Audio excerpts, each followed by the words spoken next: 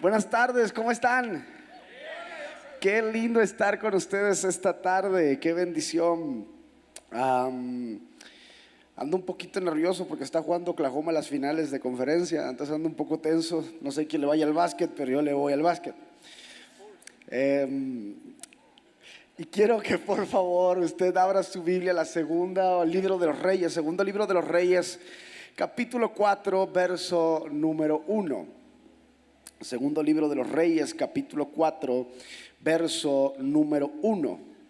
Va a decir así la escritura: una mujer de las mujeres de los hijos de los profetas clamó a Eliseo diciendo: tu siervo, mi marido, ha muerto, y tú sabes que tu siervo era temeroso de Jehová.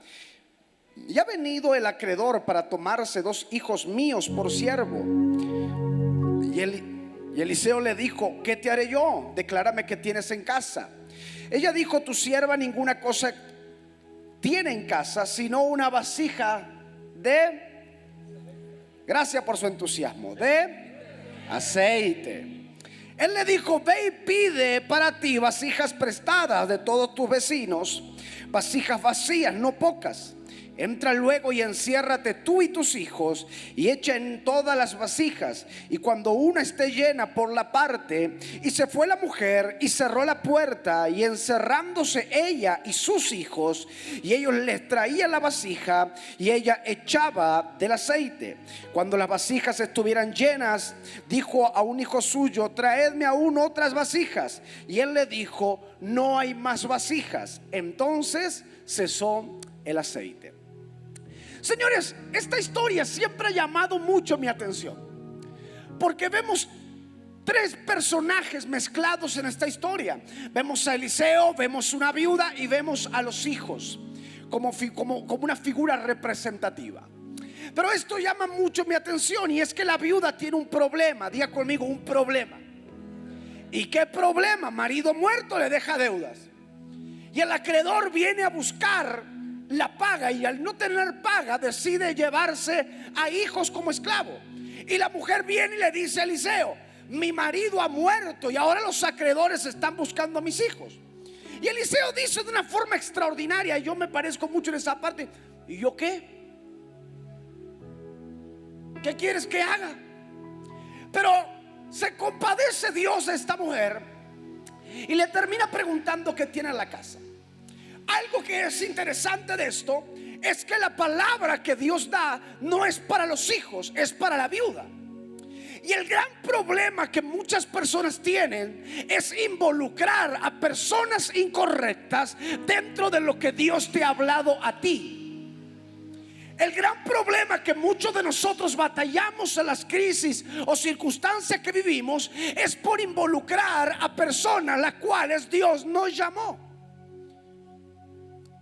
Se los voy a poner de una forma más práctica. Muchos de nosotros tenemos un llamado de Dios. Gracias. Voy a contarlo de este lado. Muchos de nosotros tenemos un llamado de Dios. Pero el problema es que cuando tú, dentro del llamado de Dios, quieres meter otras personas que Dios no llamó. Te lo voy a resumir aquí. Dios te llamó a ti y llamó a tu esposo, pero no llamó a tus hijos. Como Dios no llamó a mis hijos? Dentro de tu llamado, no. Tu llamado es independiente del llamado de tus hijos. El llamado los involucra a ellos hasta que ellos se casan. Cuando tus hijos se casan, Dios tiene un llamado para con ellos. Y el problema de nosotros es que queremos meter a la fuerza personas que Dios no llamó. Y el problema de esto es que vamos a ver problemas y crisis tras problemas y crisis, porque ellos no son bendición, sino que se vuelven carga dentro de la asignación que Dios nos dio. Yo sé que a la mamá no le gusta esta parte, pero ve algo interesante. Dios le da una instrucción a Abraham: Abraham, vete de tu tierra, etcétera, etcétera, etcétera. Y Abraham sale, pero Abraham decide llevarse a su sobrino Lot, porque el viejito no tenía hijos, y lo más cercano a un hijo que tenía era Lot. Pero Lot, toda la vida de Abraham le trajo problemas. Y no solamente le trajo problemas a Abraham, sino que le trae problemas a todo Israel, porque se acuesta con una de sus hijas y de ahí nacen los madianitas. ¿Se me fueron o todavía están? Lo que tú no cortas del propósito de Dios a tiempo te va a traer problemas a futuro.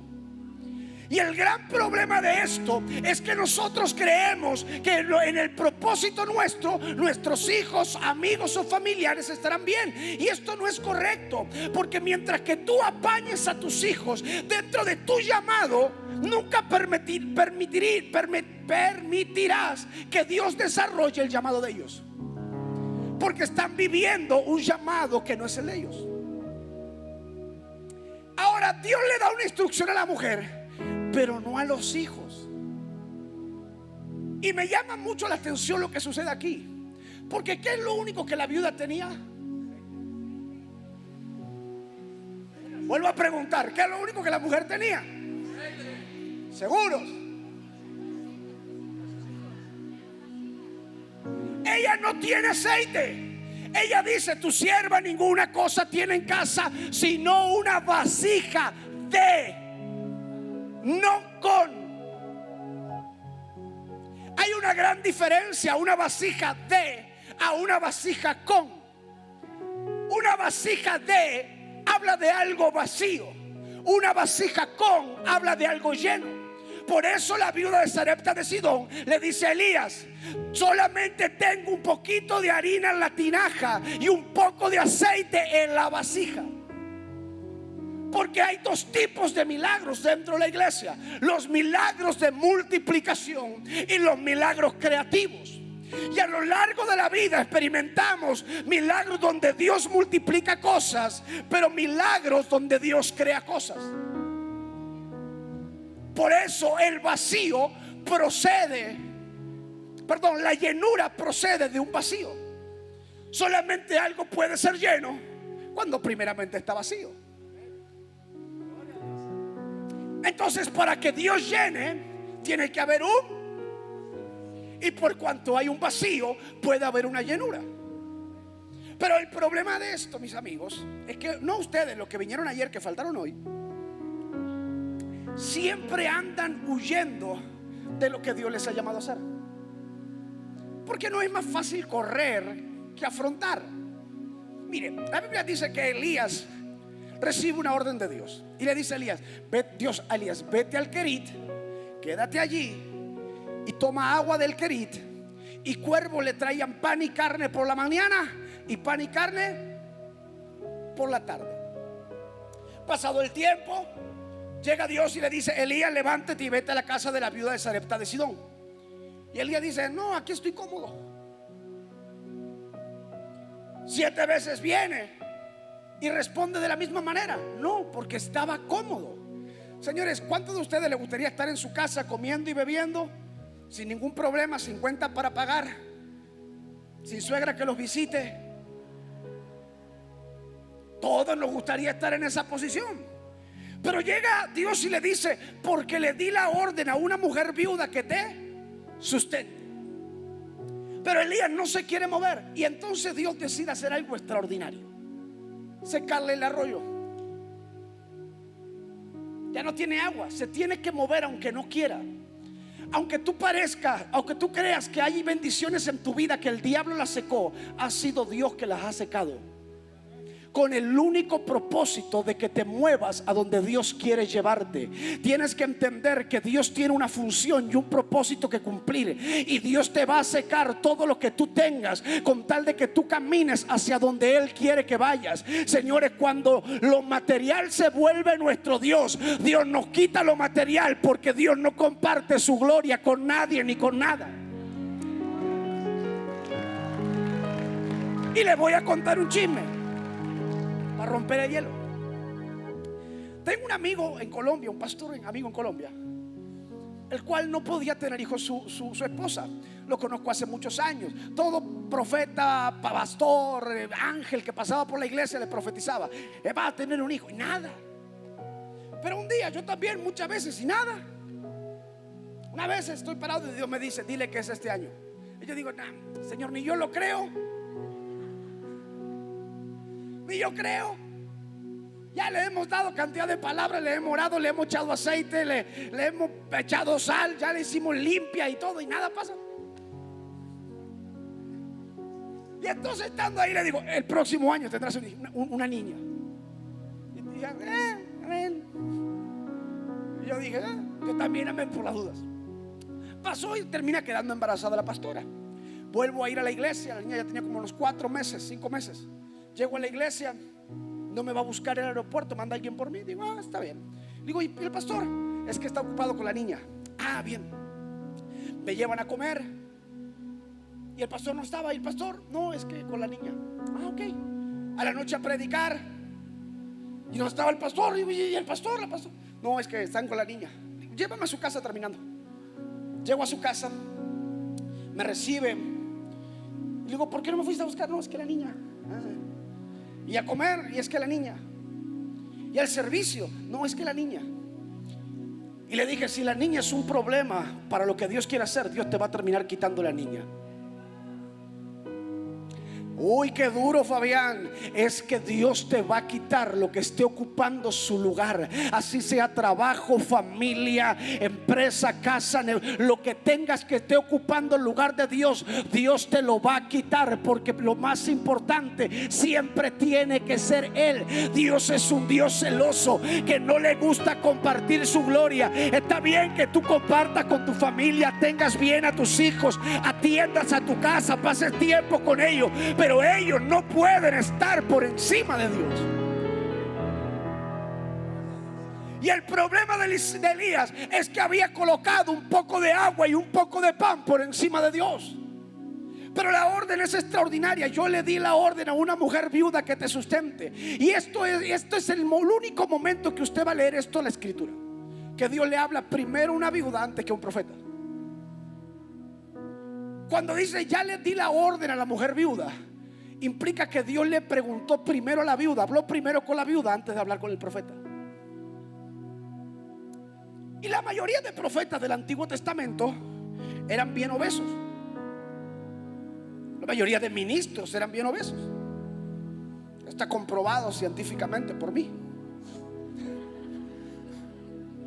Todos eran obesos, gordos. Dígale a su hermano que está a tu lado: no estás gordo, estás viviendo en el Antiguo Testamento. Entonces la mayoría eran bien grandes. Pero imagínese sostener a un ministro que come mucho. Usted es viuda, no tiene recursos, y Dios le dice: te voy a enviar un profeta. Y la mayoría de la gente piensa: uy, palabra de Dios. A veces no hay palabra de Dios con los profetas. No hay palabra profética. Yo no sé si te ha pasado que el profeta, tú te paras así y el profeta pasa así. Y tú haces así para que te vean. Y el profeta: nada, no hay nada. Hay veces que Dios no quiere decirte nada. Dios te dice: tú. Y tú haces: tú quítate el de atrás. Así te dice Jehová. Te vienes de amarillo, de verde, de rosa para que te vean. Y nada pasa. Porque hay momentos en los que Dios no quiere hablar. Porque hay cosas que Dios no quiere decirte, porque ya te dio una orden, ya te habló. Y es que estoy esperando la confirmación de la confirmación de la... Ya parece católico de confirmación en confirmación. Dios no es papagayo ni loro para andar repitiéndote lo que ya te habló. Tienes que aprender a caminar en lo que ya te dijo. Si Él te dijo algo, tu función no es esperar otra confirmación, es caminar en lo que Dios ya te habló y experimentar lo que Él tiene. Y cuando termine esa etapa, otra vez vendrá la palabra de Dios sobre ti. Que a veces queremos que nos digan lo que queremos oír. Y ese es un gran problema de la profecía. Es que si no me gusta la profecía, no fue de Dios. Es que si no me dijo que ese es el hombre para mi vida, no tiene sentido. Y tal vez Dios te dice: quiero que te solteres hasta que te mueras. Y no, esa palabra no fue de Dios. Entonces recibimos lo bueno, lo que nos agrada, pero no lo que no vemos tan bueno. Y entonces Dios le seca el arroyo al profeta. Y le dice: o te mueves o te mueves. ¿Has sentido que en alguna temporada de tu vida Dios ha secado cosas? ¿No será que Dios te está presionando para que hagas lo que te está pidiendo? Y tú echándole la culpa al diablo y a los demonios y al que te echaron brujería y te echaron un pollo con palomitas. Y cuando realmente todo lo que estás viviendo es por no caminar en lo que Dios te habló. Y todo esto se resuelve de una forma muy sencilla, como avanzar, haciendo y nada más. Y entonces le estamos metiendo mucho rollo cuando es simple. Elías podría haber reprendido al diablo, a Jezabel y a los demonios: diablo cochino, me secaste el querido. Sin embargo, era parte del proceso de Dios. Pero me interesa más el proceso de la viuda. Porque imagínate que le dice: te voy a mandar a alguien para que le dé de comer. ¿Quién? Un profeta. No manches, Señor, esos son cristianos, comen mucho.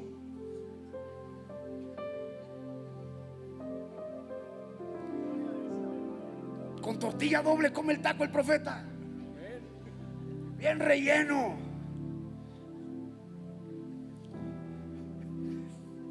Imagínense sustentar a un hombre que come mucho. Pero Dios no envía procesos que tú no puedas sostener. Dígale al que está a su lado con una sonrisa: tu proceso lo puedes sostener. ¿Sabe por qué? Porque Dios no le envió un profeta gordo, Dios le envió un profeta flaco. Pregúnteme por qué. Porque durante 40 días Elías corrió hasta Sarepta de Sidón sin comer y sin beber. Le llegó así como yo. Le llegó un fortallón y le dice: mujer, dame agua de beber. Y la mujer dice: ah, claro, sí, cómo no, aquí tienes agua. ¿Cómo que tienes agua?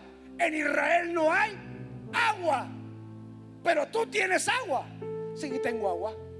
Oye, también tráeme un pedazo de pan para comer porque tengo hambre. Digo: bueno, ya ahí ya no, porque no hay harina, no hay aceite, no hay nada, no hay comida, Fabián. No hay nada que comer. Voy a hacer para mí, para mis hijos y morir. Y Eliseo le dice: hazme a mí primero. Y hasta ahí va bien el profeta. Pero cuando le dice: hazme como a mí me gusta, si esa mujer si esa viuda hubiera sido mexicana, le hubiera dado un sartenazo al profeta. Porque todavía que le está dando de tragar, el otro viene con pretensiones de cómo quiere que se lo prepare. Y le dice: porque no faltará la harina en la tinaja, ni escaseará el aceite en tu vasija. Y todos nos quedamos ahí, dijimos: ah, qué bonito, no faltó la harina y el aceite. Señores, una cosa hubiera sido un poco de harina y un poco de aceite. Pero Lucas capítulo 4, el libro de Lucas, sí, capítulo 4, si no recuerdo mal, Jesús va a decir: porque de cierto les digo que muchas viudas había en Israel en los tiempos de Elías, cuando el cielo fue cerrado por 3 años y 6 meses. Pero a ninguna le fue enviado profeta, sino la viuda de Sarepta de Sidón. No fue un milagrito de un poquito de harina y un poquito de aceite. Fueron 3 años y 6 meses de ver la provisión de Dios. Y yo me imagino que esta mujer era grande en la mente y abrió panaderías en todo Israel y sustentó a muchos. Pero me da curiosidad que dice: muchas viudas había en Israel. Si dice que muchas viudas había, es porque Dios no solamente tenía una en mente. Dios habrá pasado por otras viudas que dijeron no. Por eso la escritura dice que muchos son llamados, pero pocos escogidos. Porque todos aquí son llamados a algo, pero no todos tienen la capacidad de decirle sí a Dios al llamado, independientemente que el llamado de Dios te vaya a arruinar tu propia vida. Porque el deseo más grande de mi corazón como predicador es que Dios te arruine la vida a tal forma que tu dependencia tenga que ser exclusiva al Espíritu Santo y entender de que Dios es un Dios que cuida, que guarda, que prospera, que extiende y que bendice.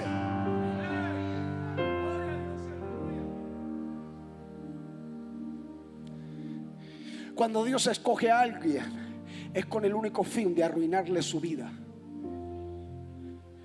para levantarlo en la propia vida de Cristo. Ahora volviendo a la otra viuda, porque esto se trata de viudas. La viuda no tiene más que un frasco con un poco de aceite, y de forma inconsciente mete a los hijos dentro del llamado y del propósito. Si bien la función era entra tú y tus hijos, una cosa es que entre con sus hijos y otra cosa es que sus hijos opinen. Y la pregunta aquí es: ¿por qué se terminó el aceite? Porque ustedes me respondan, ¿no? El aceite se terminó porque se acaban las vasijas. No, señores. El aceite se termina porque una voz incorrecta habla dentro de una atmósfera correcta. El milagro se termina cuando los hijos dicen: no hay más vasijas. Porque si los hijos hubieran dicho: voy a pedir más vasijas, el aceite se hubiera seguido continuando multiplicando. No es por falta de vasijas, es por voces incorrectas. ¿Qué implica esto? Que los milagros en nuestra vida se terminan cuando escuchamos voces incorrectas.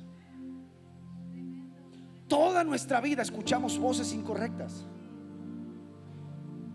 Muchas de las frustraciones que tú vives hoy como esposo, padre, hombre, mujer, son producto de una voz incorrecta que escuchaste de alguien.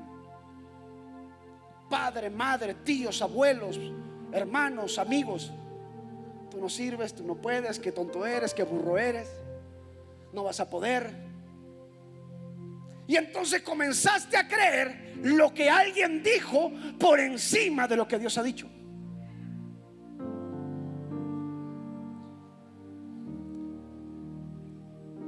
Y entonces mucha gente le llama a esto falta de fe.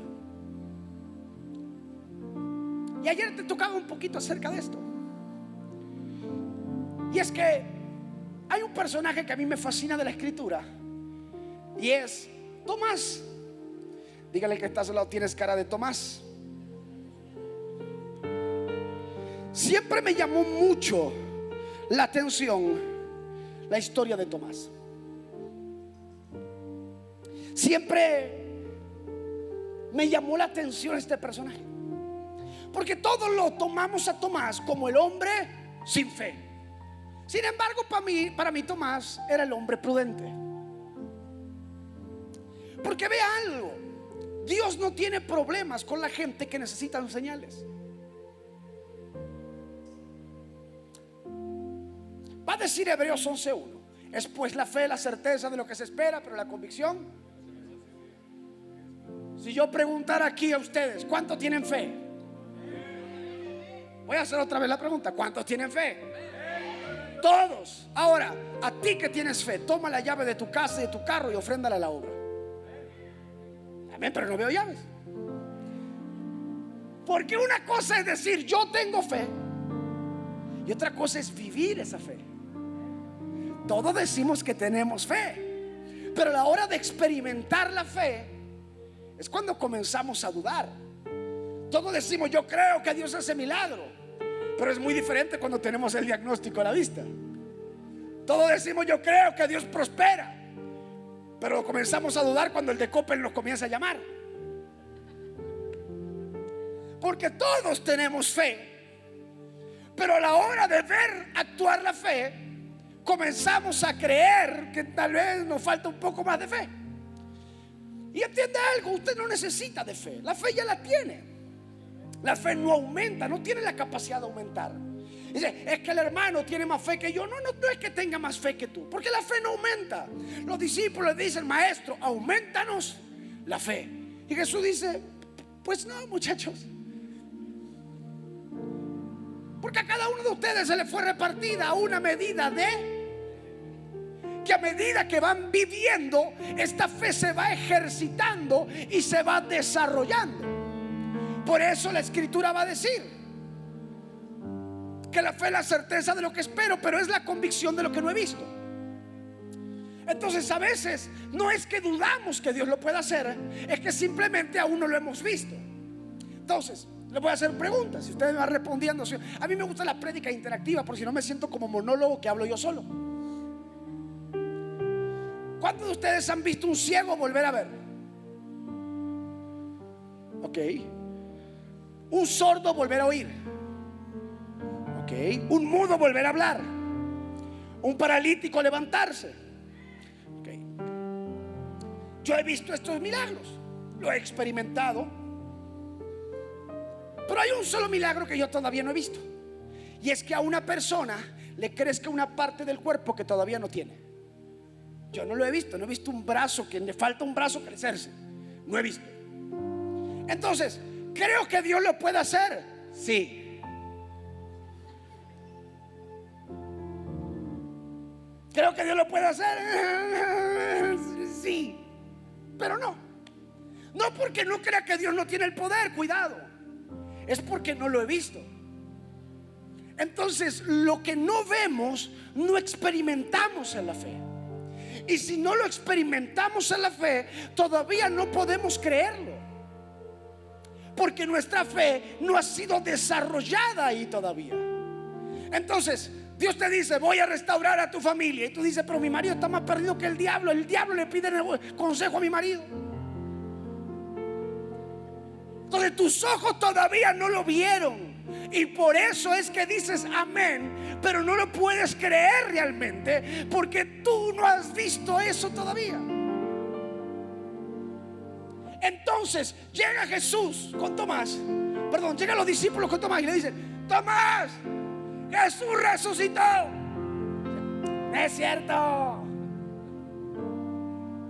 ¿De veras, compa, resucitó? Bueno, hasta que yo no meta mi mano en su costado y vea el hueco de sus manos y los toque, yo no voy a creer. Llega Jesús resucitado, no permite que nadie lo toquen. Las mujeres lo quieren tocar y Jesús dice: quítense. No deja que nadie lo toque, está revestido de gloria. Y entra y lo ve a Tomás, y Tomás lo ve a Jesús. Yo siempre creí que tú habías resucitado, maestro. Dice: mete tu mano aquí y mete tu mano aquí. No permite que nadie lo toque, pero Tomás sí. ¿Por qué? Porque Dios no tiene problema con la gente que necesita ver para creer. Porque Dios entiende que tu fe necesita ser movida. Ahora, tampoco podemos siempre pedir una señal para poder avanzar. A veces necesitamos caminar sin ver, porque eso también es parte de la fe. Caminar sin ver es de las partes más difíciles del cristianismo. Es de la parte más difícil de aprender a confiar en Dios y aprender a caminar en Él. Pero también tienes que tener la certeza de que muchas veces no vas a tener fe, y no está mal. Lo que está mal es que tú te detengas porque no crees. No está mal que tú camines con dudas. No está mal que tú avances dudando. Pero lo importante es que tú estés avanzando, no esperando algo. Yo he visto a lo largo de la vida muchas personas con grandes talentos, dones y llamado, esperando, y se les va la vida esperando. ¿Tú crees que realmente el diseño de Dios para tu vida es que tú te la pases calentando la cola en una silla? Ese no es el diseño de Dios para ti. Eso no es lo que Dios planificó. Dios no se complace solamente decir: ah, la María se salvó, me recibió, ya se salvó. Ya con eso, María, ya quédate ahí. No, Dios dice: yo quiero usarte. Señor, pues ya estoy viejo, viejos son los trapos, yo quiero usarte. Señor, soy muy joven, yo quiero usarte. Señor, es que yo no soy tan bueno, yo quiero usarte. ¿En qué? En lo que sea. En algo te voy a encontrar bueno para usarte. Pero yo no quiero que toda tu vida te la pases sentado en una silla esperando que algo suceda, porque nada va a suceder. Solamente cuando tú decidas creer que Dios puede usarte con tus virtudes y también tus defectos, Él así quiere usarte para Él perfeccionarte.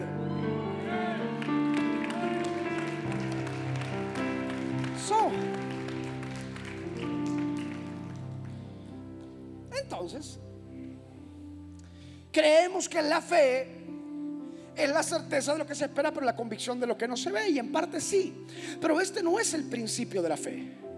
Porque el principio de la fe es Hebreos 11:6, que el que se acerca a Dios tiene que creer que le hay Dios y que éste recompensa a los que le buscan. Entonces la duda o el miedo es lo contrario a la fe. Y cada vez que nosotros dudamos, automáticamente estamos dejando de creer en Dios. Porque la base de la fe es creer que hay un Dios. Y donde no hay fe, no hay una creencia en que hay un Dios.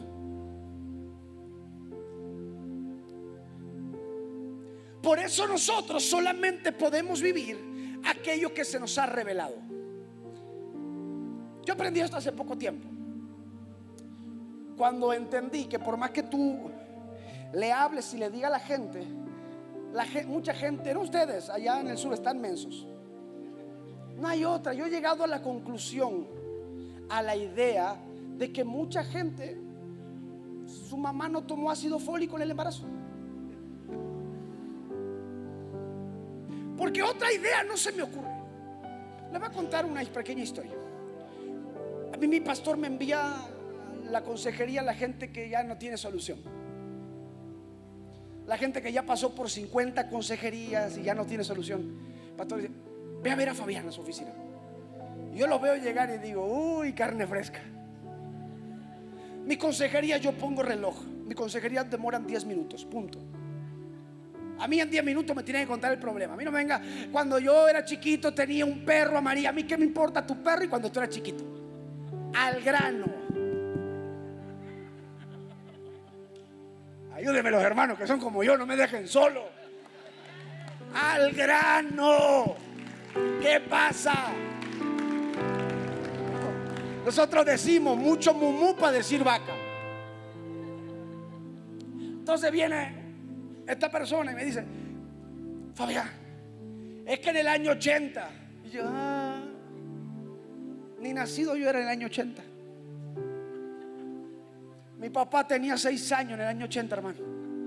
¿Qué le pasó en el año 80? Mi esposa me fue infiel. Y yo: ok. Y es que yo no puedo.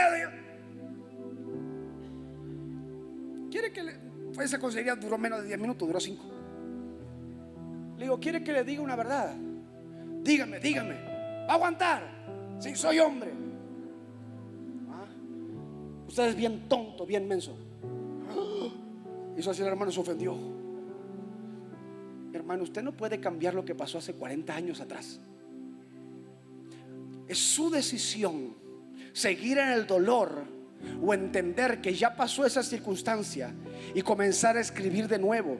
No sé qué te pasó, si hace mucho, poco, perdiste, ganaste, pero tú no te puedes quedar arraigado lo que pasó hace años atrás. Ya no tienes cómo cambiarlo. Incluso si pasó ayer, no puedes cambiar lo que ya sucedió. Lo único que tienes que entender es que tienes que seguir caminando hacia adelante, avanzando en lo que Dios te prometió. Yo me imagino que los demonios se mueren de risa de gente que se queda arraigada en lo que le pasó atrás. Míralo, hicimos esta tontería, dicen los demonios, y logramos tenerlo retenido por 40 años. Cuando se sane de esto, le aplicamos la misma, ya sabemos dónde es su punto débil. Entonces, cuando tú fracasas en muchas áreas, es porque el diablo sabe que eso te genera dolor y te va a atacar ahí, y ya con eso te va a tener otros 10 años esclavo. Entonces, la mejor forma en que tú vas a aprender a caminar es que te digan las verdades en la cara. Aunque te duela y no te guste y ponga cara de limón, es lo mejor que te puede pasar. Que te digan las verdades en la cara y aguántelas, porque ahí serás corregido y aprenderás, crecerás. Pero no puede venir siempre con el mismo problema, no puede venir siempre con la misma crisis o con el mismo dolor. Caminar en Dios es avanzar sin entender lo que Dios está haciendo. Te quiero contar algo. Vengo de una familia de inmigrantes.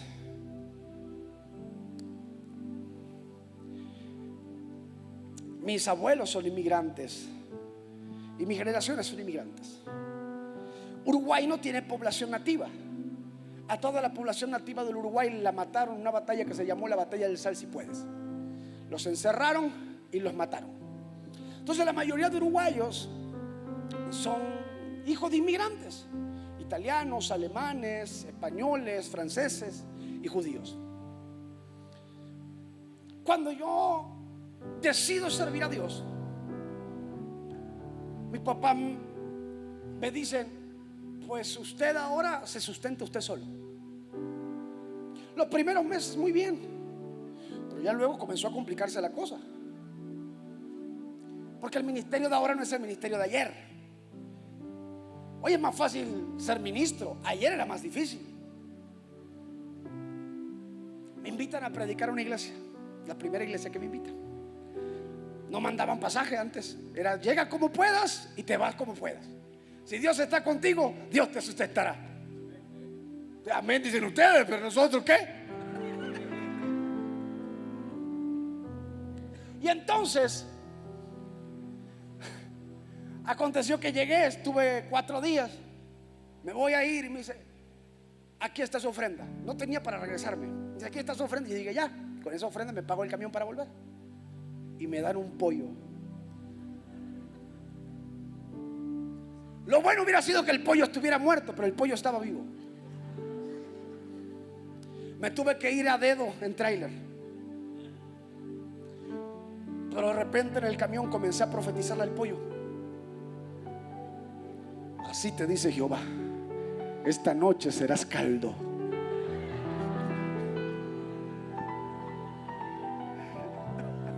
No es broma, es anécdota. Y entonces Dios me dijo una primera frase, y fue la primera vez que me la dijo: es: fíjate cómo estás hoy y verás cómo estarás mañana. Entonces la ropa se iba desgastando, no tenía dinero para comprar ropa, pero yo cambiaba de camisa cada 15 días. Tenía una camisa blanca, la tenía de rojo, luego de azul, y el último color que le entraba era negra la camisa. Usaba los trajes que eran de mi abuelo, para que más o menos saben, de traje de 4 botones, señores. Eso se usaba en los años 20. Zapatos que yo no me arrodillaba a orar en el altar porque me daba pena, se le veía el hueco. Y una vez para mi cumpleaños mi papá tuvo misericordia de mí y Dios me decía: fíjate cómo estás hoy y verás cómo estarás mañana. Y me regaló unos zapatos de marca muy cara. Y yo dije: gloria a Dios, los vendo y compro 3 pares de los malos. Y esa era mi idea, y me los puse para ir a un evento. Y estoy predicando y predicaba así para que todos vieran mis zapatos nuevos. Y de repente voy pasando por al lado de un servidor y Dios me dice: quítate los zapatos y dáselo. Y yo dije: Jehová, ayúdame porque el diablo me está hablando. Jehová te reprenda, diablo cochino. Estás amarrado de la lengua para que no hable. Yo le iba mirando los zapatos y no se ven tan mal. Yo le digo: quítate los zapatos. Se los quita, les doy los míos. Me pongo los de él y siento algo en mi cuerpo que dice: bienvenido a tu desierto nuevamente. Porque siento que el frío se mete por los pies otra vez. Se veían bien de arriba, pero abajo estaban agujereados. Señores, iba a la iglesia en bicicleta. Hacía 15 kilómetros ida y 15 kilómetros vuelta. Estaba extremadamente delgado yo. Y allá en mi país los servicios eran de martes a domingos. Yo no faltaba, no podía faltar, servía al Señor. Me levantaba a las 5 de la mañana para ir a trabajar. Trabajaba hasta las 2. Iba a otro trabajo a las 4 y a las 7 bicicleta para la iglesia. Y en ese tiempo ya estaba noviando con quien hoy es mi esposa. Entonces la había hecho una tabla y se iba en la bicicleta. Pero señor, la bicicleta no era cualquier bicicleta, era una bicicleta de la marca Peugeot, de cuando Peugeot hacía bicicleta y mi abuelo la trajo de Europa. un día Dios me dice a un hombre que venía entrando, nunca lo había visto en la iglesia, Dios me dice: siémbrale tu bicicleta. Señor, pero esto no es una bendición, es una maldición. No tiene freno, se le sale la cadena.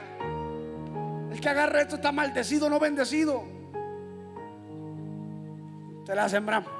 Ahora tocaba ir caminando a la iglesia, pero siempre llevaba ofrenda, porque yo antes de tomarme el camión y no ofrendar, prefería ir caminando pero ofrendar. Pero bueno, eso chisme para otro prédico.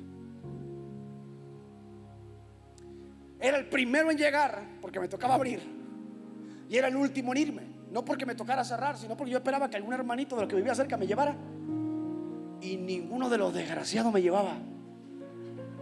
Me veían por la calle y me tocaban en el clase: adiós, Fabián. Y yo, un ángel que le ponche la rueda en el camino. Me tocaba ir caminando descalzo, porque para lo que eran los zapatos mejor ir descalzo. Y Dios me decía: Fabián, mira cómo estás hoy y verás cómo estarás mañana. Pasaron los años y Dios bendijo mi casa, bendijo mi esposa, bendijo mis hijos. Pero en un momento clave volví a Uruguay y yo no tenía carro, y nos acabábamos de mudar a la Argentina. No teníamos casa, vivíamos en un hotel. Y llego a una iglesia X, predico, y se acerca un hombre y me dice: tú eres Fabián, ¿verdad? Yo digo: si dice que soy Fabián, ¿tú no te acuerdas de mí? Me dice: no, quiero invitarte a comer mañana. Y yo: claro, vamos, comemos. Digo: pero ¿de dónde nos conoces? Ahorita te cuento. Terminamos de comer y me dice: quiero hacerte un regalo. Y yo dije: eso es de Dios. Y me lleva a la Toyota y me dice: escoge el carro que quieras. Y yo: wow, no teníamos carro. Y yo, la verdad, me dio pena y elegí un carro pequeñito. Y me dijo: no, algo bien. Y yo: bueno, pues, puedo abusar entonces. Y termino eligiendo una RAV4. Me dice: Fabián, tú no te acuerdas de mí, pero yo soy el hombre que tú le sembraste la bicicleta. Y yo: ok, espérese que no terminó el chisme, si no, ahí lo dejo. Y me dice: yo comencé a vender pescado, pero no podía llegar a muchos lugares porque no tenía transporte, y con tu bicicleta yo pude recorrer los barrios, y hoy tengo 4 pescaderías en la ciudad. Nos volvimos bien contentos en camioneta nueva. Llego a la ciudad donde estaba viviendo y habíamos visto una casa para rentar. Llegamos a la inmobiliaria y dice: no, la casa no se renta, solamente es venta. Y yo: ok, ¿y cuánto cuesta? Yo pensé: ni vendiendo los 2 riñones y que Dios me cree 2 nuevos para venderlo también, llego a pagar el enganche de la casa. Pero me dice: venga el miércoles a ver qué podemos hacer. Ok. Voy el viernes a un evento a predicar. Estoy predicando y ya termino y me voy a ir, y Dios me dice: quédate a escuchar el siguiente predicador. Y yo: ok. Predica el misionero, y mientras está predicando, Dios me dice: siémbrale tu camioneta.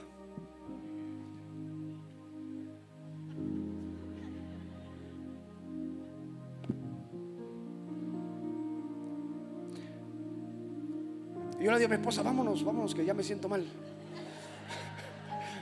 Me bajó la presión. Entonces me dice: ¿qué crees que estoy sintiendo algo? Y yo: ¿qué? Que le siembre la camioneta. Diablo, cochino, hasta confirmaciones das. Cuestión, se la damos.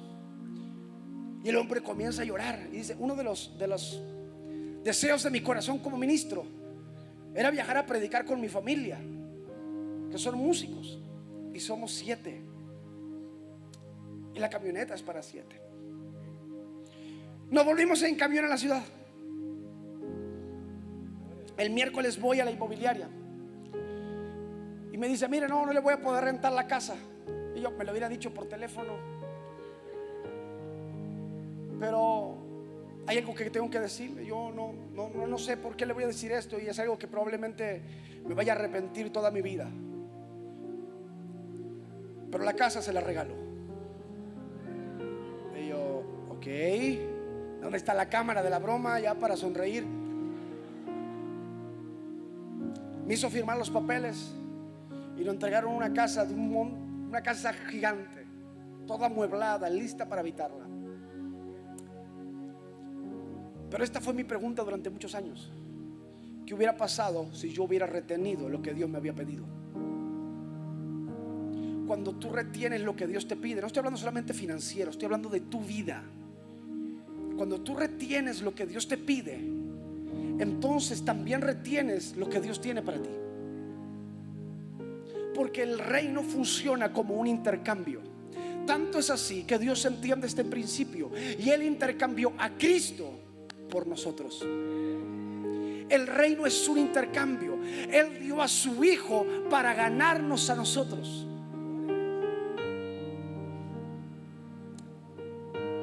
Y a ti te pesa lo que tú estás viviendo. Yo siempre dije esto: Fabián, no te preocupes por lo que estás viviendo. Es más, quiero que lo repita conmigo: no me preocupo por lo que estoy viviendo, porque siempre habrá uno más fregado que yo.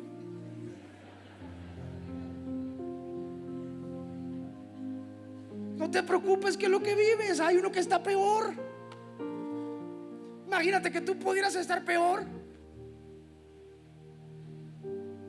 Entonces, mis amigos, ¿qué es lo que trato de decirte? ¿Qué es lo que trato de hablarte en este mensaje? Aprende a que Dios tiene el control de verdad. Y tal vez has escuchado esto muchas veces a lo largo de tu vida, pero de verdad Dios tiene un control de lo que hacemos, de nuestra vida y de lo que va a pasar mañana. Yo sé que es difícil creer en esta parte, porque vemos solamente el caos, pero Dios tiene un control. Solamente no debes escuchar las voces incorrectas que hablan a tu alrededor. Ya con esto termino. De verdad que voy 40 minutos, ya con eso termino. Me extendí un poquito más hoy porque le conté el chisme. Eso es su culpa, que usted está bien chismoso hoy.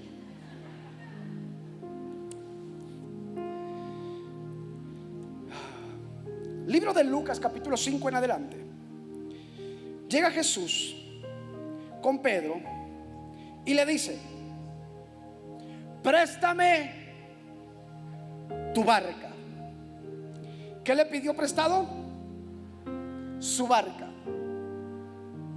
Y la pregunta es: ¿usted le hubiera prestado tu barca a Jesús? ¿Usted le hubiera prestado su barca a Jesús? No, no es cierto. No es cierto. Usted, porque ya conoce quién es Jesús y lo que hacía. Pedro ni lo conocía, ni sabía lo que hacía. Tú dices: sí, le prestaría mi barca, pero no le presta tu casa para que abran un grupo. Sí, le prestaría mi barca. Sí, pero no le presta tu carro para llevar a hermano que vive lejos. Ya no le gustó a usted, ya puso cara fea otra vez. Yo no le hubiera prestado mi barca a Jesús, porque no lo conocía. Imagínate prestarle la fuente de trabajo y la herencia de tus hijos a alguien que no conoces. Y Pedro decide prestársela porque nada más iba a estar ahí arriba predicando. Pedro lavando redes, escuchando lo que Jesús decía, y de repente Jesús le dice: vamos a pescar. Y Pedro: no, maestro, gracias, no hay peces, vamos a pescar. Jesús: que no hay peces. Tú eres carpintero, yo soy pescador, yo sé de esto. Tú no sabes de esto, porque eres carpintero, no pescador. Vuelve a entender que Pedro no sabía quién era Jesús. Dice: bueno, pero vamos a dar una vuelta, te llevo a dar una vuelta en mi barco. Y van andando la barca, y le dice a Jesús: Pedro, tira la red a la derecha. Maestro, no hay peces. tira la red a la derecha. Maestro, ya ves que estás mal. ¿Por qué no se pesca a la derecha? Y esto es real. Nunca se pesca del lado derecho de la barca. No se pesca por estribor, se pesca por babor. ¿Por qué? Porque la red tiene que descansar en la popa. Entonces, si tú pescas por la derecha, la red que viene de atrás, ¿cómo la metes a la popa? No puedes. Entonces, cuando pesca del lado izquierdo, la red que viene se va metiendo hacia adentro. Se pesca del lado izquierdo. Pero Jesús le dice a Pedro: tira la red ¿a dónde? Y Pedro dice: eso es imposible, maestro, porque la red va a la izquierda. Dice: bueno, pero en tu nombre voy a echar la red. Y ese en tu nombre implica, porque tú lo estás diciendo, es que lo voy a hacer. Pero ¿por qué Jesús insiste con que tire a la derecha y no a la izquierda? Porque todos los pescadores pescaban a la izquierda, pero Dios le estaba dando un diseño a Pedro. Eso implica que tener un diseño es más importante que tener las herramientas para trabajarlo. Porque el que tenga el diseño triunfará sobre el que tiene los recursos y la estrategia. Y dice: tira la red a la derecha. Y dice que era tanta la cantidad de peces que las redes se rompían. Pero esta misma historia se repite en el libro de Juan, capítulo 21. Llega Jesús resucitado, se para a la orilla y le dice: muchachos, ¿tienen algo de comida?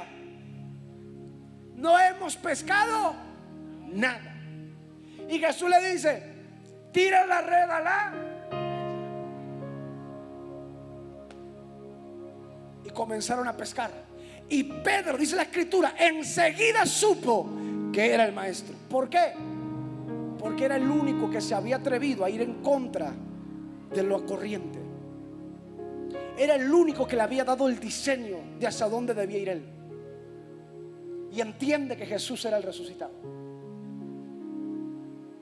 Y esta vez dice la Biblia que era tanta la cantidad de peces, pero las redes no se rompieron. Y la pregunta aquí es: ¿por qué no se rompieron las redes? Porque en el libro de Marcos, capítulo 5, verso 36, Jesús está acostado en la tormenta. Y dice la escritura que Marcos lo narra diciendo: y estaba dormido en la popa y su cabeza sobre un cordel. ¿Y dónde van las redes? En la popa. Eso implica algo: que lo que Jesús toca no se rompe. Todo lo que Dios toca no se rompe. Cuando Dios toca una familia, esa familia no se rompe. Cuando Dios toca un ministerio, ese ministerio no se rompe. Todo lo que Dios toca no se vuelve a romper. Tú tienes que entender que Dios te ha tocado y por lo tanto no te vas a romper.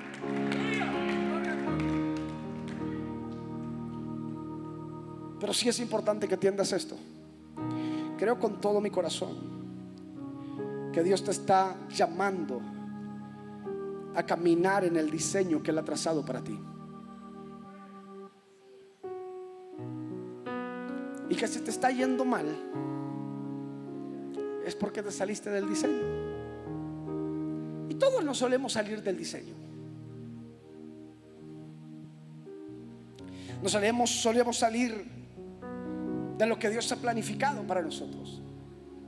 Nos solemos mover de esa zona en la cual Dios tiene preparada para que nos vaya bien.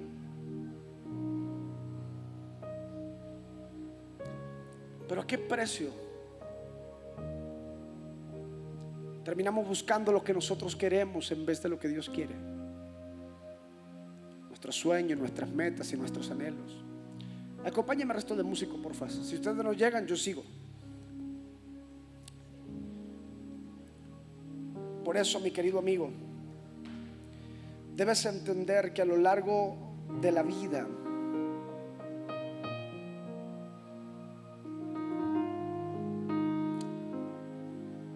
vas a padecer de muchas cosas.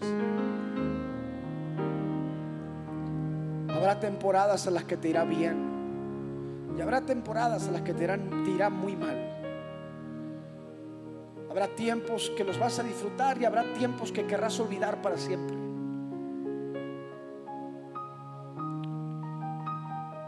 Habrán temporadas donde amigos se irán y otros se quedarán. Familia que se irá y otra permanecerá. Donde te van a traicionar, pero otros te vendarán. Te romperán, pero Dios te restaurará. Fracasarás, pero Dios te levantará otra vez. Esta es la parte más difícil del ser cristiano: entender que Dios está al control, entender que a Él no se le escapa, que si estás viviendo esto es por una temporada y nada más. Fabián, ¿cuánto va a durar mi proceso? Muy sencillo: el tiempo en el que tú tardes en aprender lo que Dios te quiere enseñar. Si lo aprendes rápido, rápido se terminará. Si te demoras en aprenderlo, entonces el tiempo se retrasará. Pero quiero que ahí donde estás te coloques en pie. Quiero orar por ti.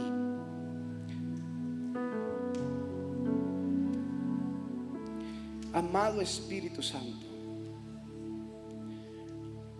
te pedimos que en tu inmensa gracia y en tu inmenso favor,